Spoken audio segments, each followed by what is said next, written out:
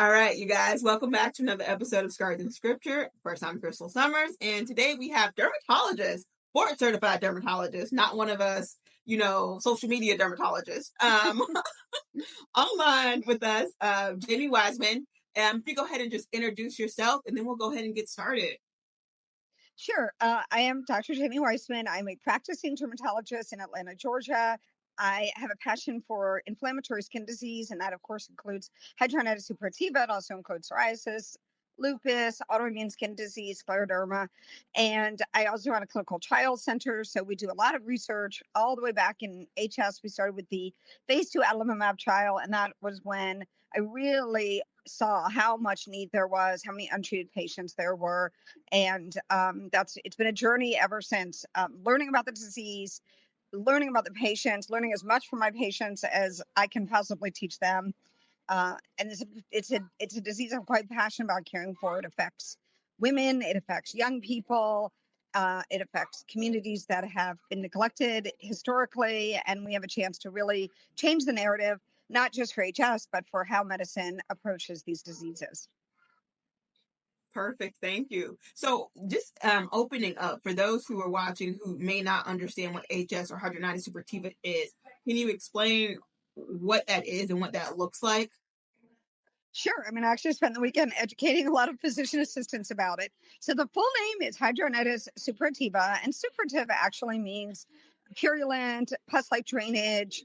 That's sort of the, historical name for the disease. We know a lot more about it than 200 years ago when they named it and put it in a dermatology textbook.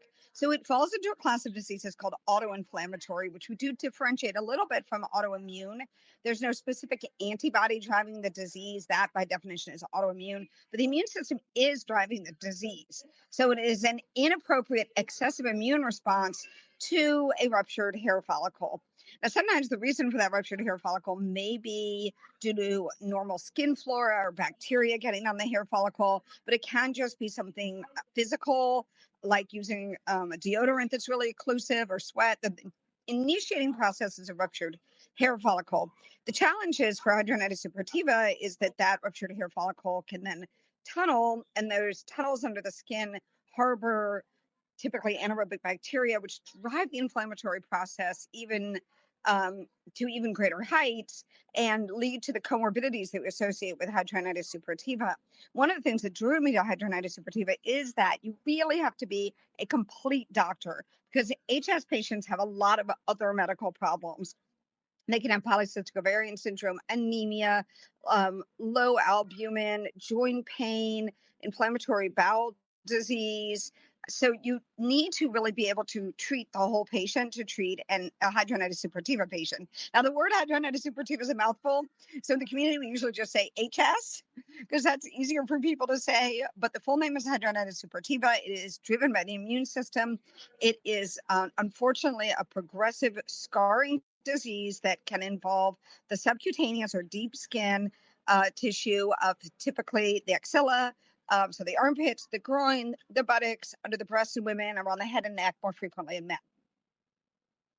No, definitely. And speaking of like all the, I did a video about like how, okay, you have HS, but it can lead to so many other things. People develop so many things. And in the video, I talked about myself, like I have HS, PCOS, diabetes, I'm anemic. And I didn't even know that was a thing until I watched your video and you talked about the correlation of being anemic and having HS. And I was like, another thing that HS is caused, like it's just like a snowball Right. effect. It's not just, okay, I get, these boil-like abscess, but so many other parts of my life and health are now affected because of this, inflammation and things that are in the body. And so, I guess what's the best practice to remedying that? Like, I think to myself, had I had proper treatment early on, because I was I got my diagnosis a lot earlier than a lot of people. It took about a year, but that's all I got was a diagnosis. The doctor was like, that's what you have, and just kind of walked out. And so then it was me researching stuff, and it wasn't until almost 15 years later that I was like, oh, my diet, and I started doing other things. But I'm like, what could I have done in that time to maybe not have developed all these other things down the road? And so, like, what would you tell a patient who now has gotten diagnosed what they can do so that they don't or can lessen their chances of developing other things? So there are things that you can do. I'm always a little wary of walking this line of blaming the patient. If every person who ate a donut or had an ice cream sundae got an autoimmune or autoinflammatory disease, we would not have donuts or ice cream sundaes. And I think a lot of us know what it is that we should do in general to be healthy. My father was a cardiologist, so we should have more of a plant-based diet. We do need this, particularly for HS patients, because hidradenitis suppurativa patients have chronic wounds. You need to make sure that you are getting a source of protein. So if you chose to be vegan and vegetarian, it's really challenging to get those lean meats and protein. And dairy itself can, for some patients, be problematic. So if you're vegetarian, you're relying on dairy, that may be a double-edged sword. And so I do generally, for my HS patients, say you got to find a source of lean meat. And honestly, the ideal sources are typically fish and chicken. You can use tofu, but soy-based products can also be problematic. So you got to pay attention to what works for you. And it's sort of, there's an old joke where the patient goes, "Doc, it hurts when I do this," and the doctor said, "Don't do that." But if you say my HS flares when I eat this or that, I'm like, that's real. Listen to your body. So, and also don't deny yourself. You don't have to be the person on your birthday, have a slice of birthday cake if that was what brings you joy. It is not, one cigarette doesn't give you lung cancer and one slice of cake doesn't give you HS. So, everything in moderation. Certainly, smoking is known to correlate with severity of disease. So, smoking cessation is really important. That nicotine is highly addictive. So you do need your healthcare professionals to help you if you're already smoking to break that habit. It's challenging to do. So yes, I want patients to have autonomy and feel like there's something they can do. On the other hand, I want you to know when you need to reach out for help. There are some great sites like a holistic hydronitis on TikTok. She provides really good recipes and things that you can do and things you can cook ahead to make it easier for you to eat healthy, because at the end of the day you come up from work and you're tired and the easiest thing is to grab a burger, but that isn't it isn't the greatest choice for patients in general. Isn't a great choice, not good for your heart, but particularly if you already have an autoinflammatory condition, you don't want to light that on fire with high carb, high fructose, high glucose kind of foods. The other thing is there's some simple things like like antiperspirants themselves. Aluminum chloride based antiperspirants are really bad for HS patients. They block that hair follicle and can lead to rupture of the hair follicle. So we have to separate antiperspirant out from deodorant. Deodorant is just trying to lower the bacterial load. You can do over-the-counter things like benzoyl peroxide washes, dilute bleach baths, HIPAA. Those lower the bacterial load and they can work as deodorants. They're not antiperspirants. There are antiperspirants that we can prescribe that are not aluminum chloride based, but I'm always stressing try to avoid those aluminum chloride based antiperspirants. The hair follicle doesn't like them. There's also HS wear, and there's certain lines of clothing, the wicking fabrics that don't keep the sweat on you as long. Those are all helpful things that my patients can do, but you do have a disease. And so, yes, you are responsible to try to do what you can to make yourself healthy. But I don't think everyone looks at someone with lupus or with diabetes or with cancer and assumes that they can eat their way out of it or stop smoking their way out of it. Yes, healthy things are healthy, and we need to make an effort to do that. It's particularly hard for HS patients to exercise because friction can flare their HS. But if you can find a comfortable exercise to do, and again, this is kind of that chicken or egg question. Your healthcare provider needs to control the disease so that you can be healthy, and so the medicine is always the art of the possible. And we can't ask our patients to do something that they know they physically cannot do. Hmm. No, definitely.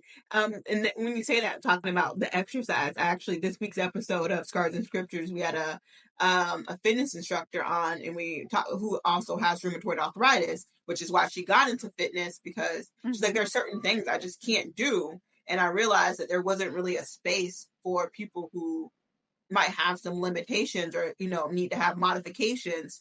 And she said a lot of times she would be sitting on the sideline watching other people work out when she's in these classes. And so we talked about just modifications and intentional movement. And Right. sometimes you're going to have to just sit down and rest, but sometimes like there's other things you can do. You might not be able to do a full jumping jack, but um there's some things that you can do, and For sure. how good movement is, for the body. And Um, I really like swimming pool exercises for my HS patients because the swimming pool itself, it lowers that friction and abrasion. Chlorine is actually generally good for HS patients, and it's something you can always start with. And I know for HS patients, sometimes they're self-conscious to put on a swimsuit, but I'm like, you know what? Bodies come in all. People need to lump it. It's not contagious. You're not like jumping into the pool with Ebola. So if, yeah. it's no really is nobody's business, and you're not obligated to explain it. You know that you're not contagious. You can't get this to anyone. You're not putting anyone at risk, and you need to be a little selfish and say, "I need this." No, definitely. I love that, especially with the swimming pools. I made a video and I talked about bleach baths, and I was, and people were like, going crazy, and I was like, well, you swim, right? You get Yeah, it, the right, chlorine. I was like, it's the same concept. It's very soothing for the skin, and for right. those of us who don't have a pool to go swim in to help soothe our skin, you can Yeah. you can do a bleach bath. And it went crazy, and I was like, okay, well, I'll keep my my home remedies to myself. I mean, we've sort of tried to change that name to like swimming pool baths because it sounds a little more appealing to people. Because you're right, it is the same. It's a full bathtub and a quarter cup of bleach, same concentration as a swimming pool.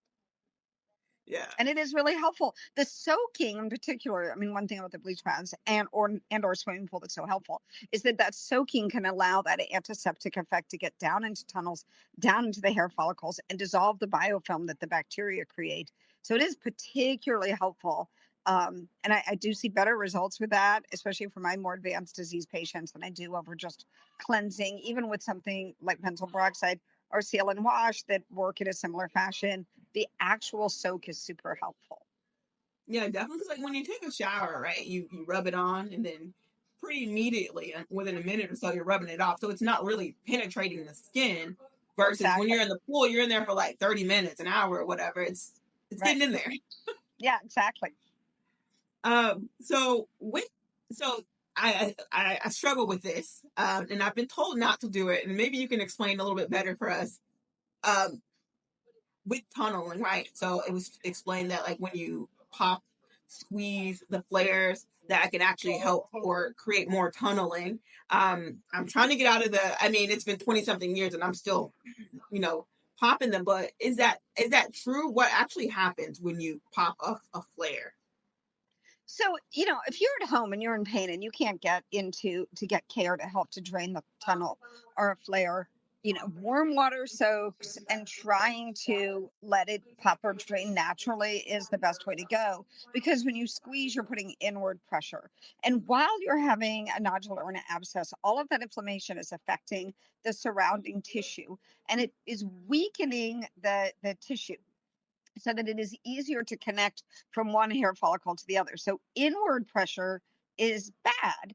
But if you need to do so, like direct pressure on the wound, that is not the way to go.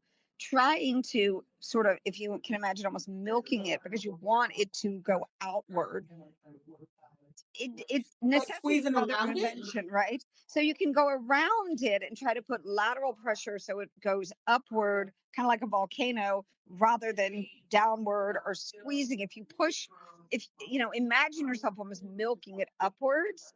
That's the best way. If you're in pain, you have to get in the bathtub or use a hot compress to try to drain it. You cannot get to, and the other thing I know my HS patients have learned is that your average urgent care center may not do what's right anyway. You may be more successful at home in draining this acute lesion than you would be at an urgent care center. So just try to imagine that you're not pushing inward, you're trying to go outward. But I also, again, I'm very cognizant of blaming the patient. The tunnel can happen regardless of what you're going to do. The tissue is so damaged and almost like wet tissue paper, and so easy um, for the skin to break down, and for you that one abscess to tunnel under the skin and connect to another hair follicle. And then over time, that tunnel gets lined with epithelium, the same way a pierced ear is lined with epithelium. And now the tunnel is here and there is no medication. There's no brilliant, generally that is going to need a surgical treatment. And what surgical treatments are there? Like, right now, I mean, I have early stage 3. I know a lot of people have done different cosmetic surgeries, or de-roofing, or they've done like there's a couple different surgeries. Like, is there one that you think is better than say the others? All right, so let's talk about surgery, Crystal, because if you are a 50, 60-year-old patient and you haven't gotten a new abscess nodule in longer than you can remember, and all you have is tunneling, then surgery alone may be inappropriate management. But you do not want to do surgery in the setting of active inflammation for two reasons. One is you're just going to have to keep doing surgery. So you need to control the underlying reason that you're getting the abscesses, nodules, and tunnels, and then you can clean up whatever medicine can't manage. Um, the second thing is that if the inflammation is not controlled, and if you don't have someone who knows what they're doing with HS, if you have early stage 3 disease and you're anemic and your albumin is running at 2.7 or 3, it's going to be really hard to heal after the surgery. And I've had quite a few patients come to me from very far away. It's been a year or two since their surgery, and they still haven't healed. So we need to maximize your medical management before you go into surgery. There's really three approaches to surgery. So approach number one is de-roofing. And even for a early stage 3 patient, you can do staged de-roofing. So you can remove those areas with staged de-roofing. The other option is to do wide local excisions and graft the wound. I have a lot of burn surgeons who do this procedure for me. Sometimes it's necessary, depending on the location. If it's involving, if the edema swelling after the surgery is going to affect your ability to urinate or defecate, you may even have to have a colostomy or urostomy. These are for very, very severe cases. Some plastic surgeons will do excisions and grafting. There is a plastic surgeon on TikTok who takes very early cases without medical management, and he shows these very large excisions, which are not necessary and disfiguring. And in the end, those patients are going to have surgery down the road again, because except in the armpits, you can't really remove all of the involved skin. I mean, you cannot remove your medial thighs, your entire, vagina, mons pubis, buttocks, and down to the rectum. It's not possible to do that. So surgery is something, when we have surgery, it's because we failed to cure for you early enough. And it's not, it's just not our first choice for our patients. Yeah. So with that, because with going still talking about the tunneling, is Right. why does it travel? Why does it tunnel? Right. I mean, that is Not that why does that it tunnel, but I feel like it like when I was growing up, I have both armpits and then across the breast. It's literally across this entire section. But now I get them, it's traveled down and I get them in the growing. And it feels like it's just traveling around my body, if that makes sense. every patient is different, and some patients will have very stable disease only involving one site for their entire journey through HS. But if you think about, if you truly are early stage 3 or early stage 2 with numerous draining tunnels, each of those tunnels that's filled with bacteria, they are getting more and more inflamed. Like, we are definitely losing the war, and more of the bad HS, I want you to have a HS soldiers, are on the field. So it is incumbent on us to really control that inflammation, because either the sites where it's active are going to get worse, or you're going to develop, and this is a systemic disease. That's why patients have anemia and arthropathy and metabolic syndrome and diabetes. So it may show up in your skin, but it's not a big leap. A lot of people understand that when we talk about something like systemic lupus erythematosus, it's a disease that involves the skin, but it also involves the joints, it can involve the kidneys, it can involve the brain. HS is a systemic disease that shows up in your skin. And if we don't control the underlying inflammation, it's coming from your T cells and your natural killer cells. It's coming from the white blood cells in your immune system. And your immune system starts in the bone marrow, goes in the bloodstream, and goes to your entire body. For whatever reason, the receptors for that inflammation do localize to the hair follicle to manifest themselves in the skin. But that inflammation can affect many other parts of your body. No, that makes it. So how do you what's the best way that you've seen to control the inflammation? So it depends on the patient. There's definitely a hormonal role for HS. So in female, we don't see 3-year-olds with HS. I mean, again, I don't see 83-year-olds with HS. I may see 83-year-olds with scarring from HS, but they should not have primary HS. So I ask patients to do what they can do. Certainly, smoking cessation is very important, but this is an auto-inflammatory disease, and we treat those with things that control inflammation. Whether that's in desperate cases, we can use prednisone, which works amazingly well, but causes too many side effects for long-term use. You can inject prednisone into, or Kenalog, variations of prednisone steroids, into the areas of active inflammation as an emergency gesture. There are, because one of the reasons the hair follicle ruptures is bacteria down the hair follicle, you can use antibiotics, although we're careful about how long we want to use antibiotics in female patients.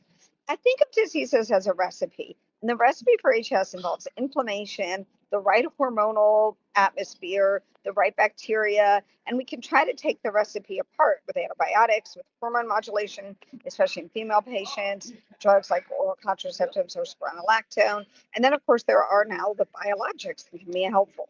There are a bunch of new medicines on the horizon, including oral medications. Not everyone's going to have to give themselves a shot. But as we try to decipher which inflammatory, when we look at the recipe and we see which inflammatory proteins are elevated, the next question is which ones can we safely lower? Because if you take something like high dose corticosteroids or prednisone, you're lowering the whole immune system. And that is why, because you have so many side effects, and patients can end up very, very sick if you do that for too long. And then we're like, well, the cure now is worse than the disease. I've made your HS better with massive doses of steroids, but I've given you a whole bunch of other medical problems. So we can't do that. But we do know it is an immune driven disease. So the goal is to decipher what part of the immune system is elevated, and are there parts of the immune system that are elevated that we can safely lower? Now we have three biologic agents. I will say they are helpful. They are not a home run. They're not like, wow, now you don't have HS. For one thing, HS is progressive. So early HS is going to respond better to medical interventions than late HS. And to get late HS better without surgically removing any active tunnels that are colonized with bacteria is impossible. You have got to have surgery. And I hate that for my patients because it's painful. um, in general, though, if you're early stage 3 with mounds of scar tissue, you're actually going to have a better cosmetic result after surgery. You will actually look better. But I've also seen patients have multiple surgeries without controlling inflammation, and that causes swelling of the area, swelling of the pubic area in women, of the scrotal sac and the penis, and even loss of sexual function.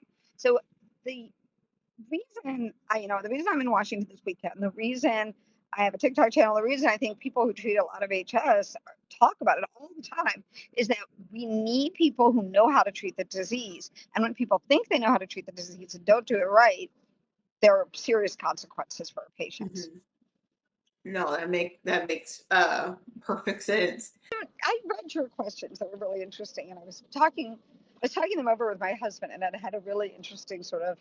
So some of them were a little philosophical, which I liked, about the spiritual component, frankly, of being a doctor. And I think that is a really important thing to acknowledge, that when you are whatever gift you have in life, I cannot carry a tune. I cannot sing. My brother is super musical. I was always jealous. Like, you can always just get out your guitar and strum and make everyone happy. But that's just a gift, right? It's what you do with it that matters. And if you are gifted to be able to go to medical school and have, you know, the intellectual ability to do that, it it is something that you just have to, that doesn't make you like a better person any more than a great singer is a better person than another person, or a fantastic artist, or whatever it is that you have. I wish more of us thought of this way. I was reading an interview with a super wealthy tech pro, and I'm like, you are not a better person. You maybe were gifted with some supercomputer savvy, maybe you were just really lucky and invested in the right thing at the right time, but all of those, that comes from God. That is not from you. And what you do with it is what matters. That's when you have a choice. So God was like, I'm going to make this doctor who's really loves immunology and has a brain that can think about it. And poor thing is not going to be able to sing or be very good at tennis, but she's going to be really good at thinking about medical problems. And then when you take that gift, then you have to think, what am I going to do with this? No, I love that. So how do you speak going down that road, how do you help patients with the emotional component? Because I feel like a lot of times from warriors I've talked to, it feels like that emotional human component is always missing when we talk to doctors. Hugely. I mean, hugely. And I think for doctors who have time pressures and economic concerns, and you got to pay all of your staff, and you got to keep the doors open, you got to keep the lights on. What I'm always counseling the physicians is the first visit with your HS patient may be a long one, which that's where you make your alliance. And HS patients are they really kind of understand the healthcare system. So you make your alliance on that first one, and then you say, we may have to have a second visit. We may do a virtual visit to check in on where you are. You you make your alliance on the first visit. You acknowledge the pain. You acknowledge the frustration because, like what you just said, Crystal, is a year to diagnosis. It's actually unusual. Most people, it's 7 to 10 years, but then 15 years to treatment. That's crazy. So by the time the patient gets to you, they're frustrated. They've lost faith, and so your first job is just to make that alliance. Let the patient cry if they need to cry. That's okay. I'm not scared of tears. And we've all been there. And then after that, you can have subsequent visits. You can, um, if you have physician assistants or nurse practitioners, you can divide up the visit if the team knows what HS is and is all sort of mission driven, that we are a place that takes care of HS. I mean, the flip side is, yes, I want people to know how to take care of HS, but if you really don't want to take care of HS, just don't do it. No, Just make definitely. sure you send that patient to someone who, you know, got the Take memo. the easy cases. And If you want to deal with easy yes, cases, take the easy cases. right. Exactly. So if you don't want to do it, it's totally fine with me. You want to like do Botox all day long as a dermatologist, or you don't want to take care of these patients as a surgeon. I mean, I have a friend from high school and he was doing HS surgery and he sent me a patient and I was like, you did this surgery all wrong. Quite like that. I was like, can we talk about HS and just like the level of the disease and how you find these patients are coming back and you didn't actually get rid of their disease? And he was like, yes, it's so frustrating. I'm like, let me just show you like where the disease is because you're going too deep and you're treating this like a fistula that you see with inflammatory bowel disease or an anal fistula. That's not the HS fistula. No, So, and in fact, definitely. that's why we push really hard to stop calling them fistula and say these are tunnels, not fistula, because it's a different way of thinking. No, that makes sense. And it's great to have doctors out there who are training other doctors. So two quick questions before you go. What's one or two things you wish more doctors, dermatologists understood about HS? So I definitely wish they understood that it's always a medical disease. It's sometimes, unfortunately, a surgical disease as well. But we always need medical management, and and that you do have to treat the whole patient. So each patient is individual. You know that rule, like you've seen one HS patient, you've seen one HS patient. Like that next one that you walk into could have totally different other medical problems, a totally present completely different. So you need to listen to each patient. You need, and HS patients, again, it's a really great community of advocates. I think that rose out of necessity. But now we, as physicians, can really benefit from the knowledge that HS patients have shared amongst each other. So it's a great learning opportunity. Each patient is different. Take the time to listen because they know their bodies, and tailor an approach that's acceptable to each patient. I always offer my HS patients multiple choices. I'm like, listen, here's an aggressive approach, here's a middle of the road approach, here's a less aggressive approach. I will say, if you have severe disease, my vote is that we go more aggressive and back off. But I don't have to do that. We can monitor you because I've had patients respond with less aggressive treatment. The best treatment is the one that you and I will do together. So if I give you something and you go home and you're like, I'm not going to do that, that's too scary, we will never succeed. No, that makes sense. And the last question is just with everything going on in the world with healthcare, and we were talking about this earlier, and I seen you actually made a video about it on TikTok. What are your concerns, or like how, as a dermatologist, can you help these patients who either will lose health care or um, just this fear kind of that's going on in the community? Well, I mean, it is scary times. I mean, we as a nation have decided that we don't care that much about young people and children and pregnant women because that is who will be affected by these Medicaid cuts. And I didn't even know this, but they said if you are the parent or caregiver of a disabled child, you need to work 80 hours a month yourself somehow. I don't know what your disabled child is supposed to do during those 80 hours, or you will lose coverage for yourself and for the child, which is insane. But I mean, that's just so cruel. It's unspeakable. But I would say this: pharmaceutical companies are generous. They all have patient assistance programs. So if you don't have any access to healthcare, we can almost always get you a biologic or one of these expensive branded medications for free. The challenge is actually the labs. And again, but we have ways around that. We can use community healthcare centers. There are ways to get lab work. There's ways to get lab work done. There's a program in Atlanta called Mercy Care, and I volunteer there. So there are ways that we can get the lab work done. The more expensive the medication, the more likely we are to have a patient assistance program, be able to get it for free. We do have clinical trials, but I don't want to force people into clinical trials if they're not comfortable with that. Sometimes they're a great opportunity. They're not one size fits all. Not everyone should go in a clinical trial. Not everyone qualifies for a clinical trial. But first of all, the doctor will, HS doctors love their patients. We will work with you on the cost of seeing us. So don't be scared. Actually, the physician is often the cheapest part of the equation. We've got little tricks around how we get your lab work done. And then either there's a lot of generic medications that are inexpensive that we can use. And if we feel like we need one of these expensive biologic medications, there are patient assistance programs. So we're all getting ready for it. It's disappointing, on ethical grounds. We're all going to have to think creatively, but our patients need care. It's a progressive disease, and I would encourage everyone not to delay care. Ask, ask and you shall receive. If you ask an Amen. H, if you ask an HS treating doctor, especially that cohort of us who treat a lot of HS, we're going to find a way to make you better. No, I love that because it's a real fear because HS, not only is it debilitating, a lot of people go on disability, Right. which things are being cut, or they lose their job and their insurance because they can't work. Right. And then like with the medication's expensive. Going to the doctor, being sick is costly. Like it's Exactly. the business, right? And so it's always this concern of like, well, then I just won't go, or I'll just have to deal with it. But like it's not something that really you can deal with on your own. Is that right?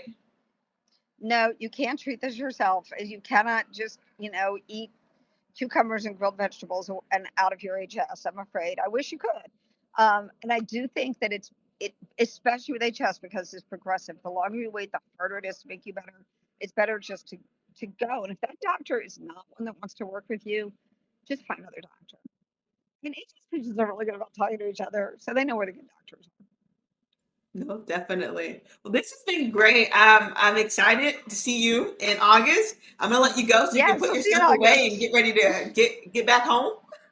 All right. Well, have a wonderful rest of your day, and I'm looking forward to seeing you in Atlanta in August. Yes, I'll talk to you All later. right. Bye. A great conversation about HS, and I know there's a lot of concerns coming up with medical cuts and just being able to care for yourself. There are, again, things that you can do outside of medications and things like that as far as lifestyle changes, the products you use. But a lot of people with more progressive HS, or that are like really active and they're not in remission, they need these medications. And so I wanted to kind of create a space that we talk to dermatologists about what's coming and what you can do. We're going to have a insurance person, someone who works in the insurance industry, medical insurance, on in the next couple of weeks, and we're going to just talk about how to get things covered when things get denied. what you can do in order to try to get them covered, and going the route with insurance if you have insurance. And we'll be talking with some people who work on the pharmaceutical side, right? These medications who are actually creating them, like what you can do. Can you get sample medications and different things like that? Because again, Scars and Scriptures want to be somewhere where we talk about the healing and we talk about the body and all the different options. I personally don't do medication for HS. I have switched skincare products, and I don't use regular deodorant, and I try to adjust my diet and control my insulin levels, which has helped me. It's not going to be a one size fits all, which is why we talk with the fitness instructors, the chefs, the life coaches, the therapists, the dermatologists, so that you can find what works for you. And like she said, right, HS is like a recipe. You can find what components work for you and build the plan that works for you. So again, thank you guys for tuning in. It's always great to sit and talk about healing, health, God, and everything in between. See you next week.